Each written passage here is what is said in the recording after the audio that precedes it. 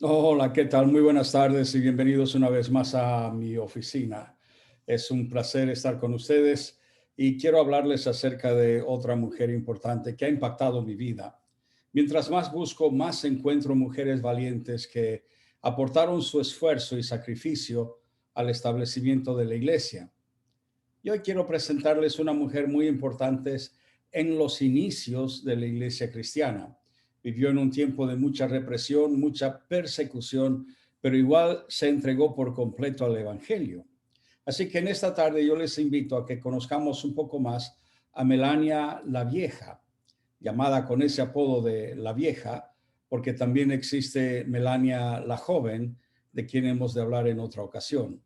Pero Melania, la vieja, nació en el año 323 de nuestra era. Su padre era cónsul romano y su madre era una dama adinerada de España. Esta chica se casó a los 14 años con el prefecto romano Valerio Máximo Basilio en Roma. Y Valerio fue procónsul en Acaya y un prefecto romano entre los años 361 y 363. Era hijo del cónsul romano Lucio Valerio Máximo Basilio y de su segunda esposa Vulcasia.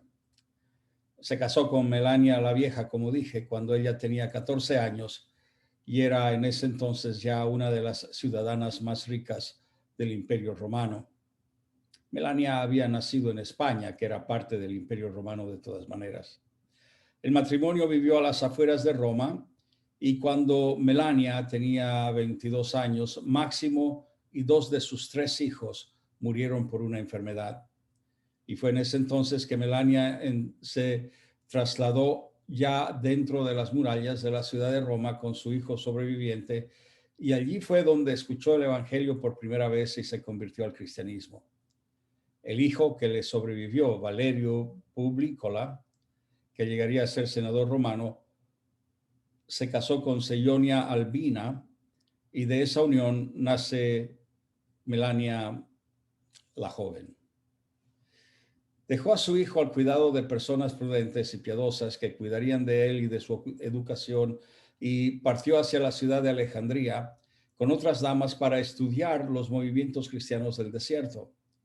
El movimiento cristiano en el desierto es muy importante en la historia de la iglesia porque después de la décima y última y más sangrienta persecución de Diocleciano, desencadenada en el año 303 contra los cristianos, habiéndose legalizado ya como religión oficial por medio del edicto de Milán en el año 313, no tenía sentido el martirio por la fe y los cristianos buscaron refugio en el desierto del norte de África y Melania decidió ir hacia allá para poder aprender más de estos cristianos. Repartió parte de su fortuna entre los necesitados y vivió durante un año en zonas desérticas de Egipto. Allí visitó a personas muy importantes, visitó el centro monástico de Nitria y en Alejandría conoció a Rufino, exégeta, que conocía a Jerónimo de Estridón desde Roma, a Pambo, a Dídimo el ciego, y Dídimo el ciego era ciego, y a pesar de ser ciego, escribió varios tratados doctrinales. Jerónimo, que ya les mencioné, fue el que tradujo la Biblia del griego y del arameo al latín. Y cuando a la muerte del obispo Atanasio de Alejandría en el año 373 se desató la persecución contra la herejía arriana que dominaba en Egipto, muchos de los líderes de la iglesia fueron exiliados a Palestina y Melania decidió ir hacia allá para ayudarlos. Y se dice que visitaba en prisión por la noche a estos líderes de la iglesia disfrazada como una sirvienta para traerles las vituallas y los alimentos necesarios para sobrevivir su estadía en la cárcel. Quiero volver a la herejía arriana. Esa herejía enseña que Cristo fue creado por Dios, sí, pero niega la Trinidad. Por eso es una herejía. Y tiempo después, Melania decidió ir a Jerusalén y abrió un centro para mujeres para que puedan estudiar la Biblia y dedicar sus vidas al Evangelio. Escogió el Monte de los Olivos como sitio para establecer su ministerio y acompañada de 50 mujeres vírgenes, se dedicaron al estudio de la palabra y durante 27 años ella dirigió esa comunidad.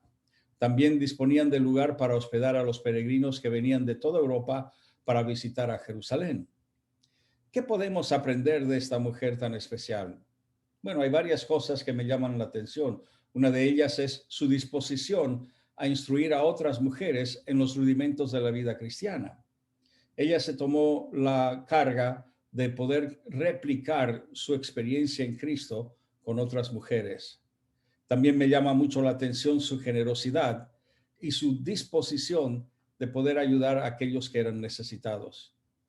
Y fue el ejemplo de su vida que fue seguida por su nuera y por su nieta, Melania la joven, de quien hemos de hablar en otro día.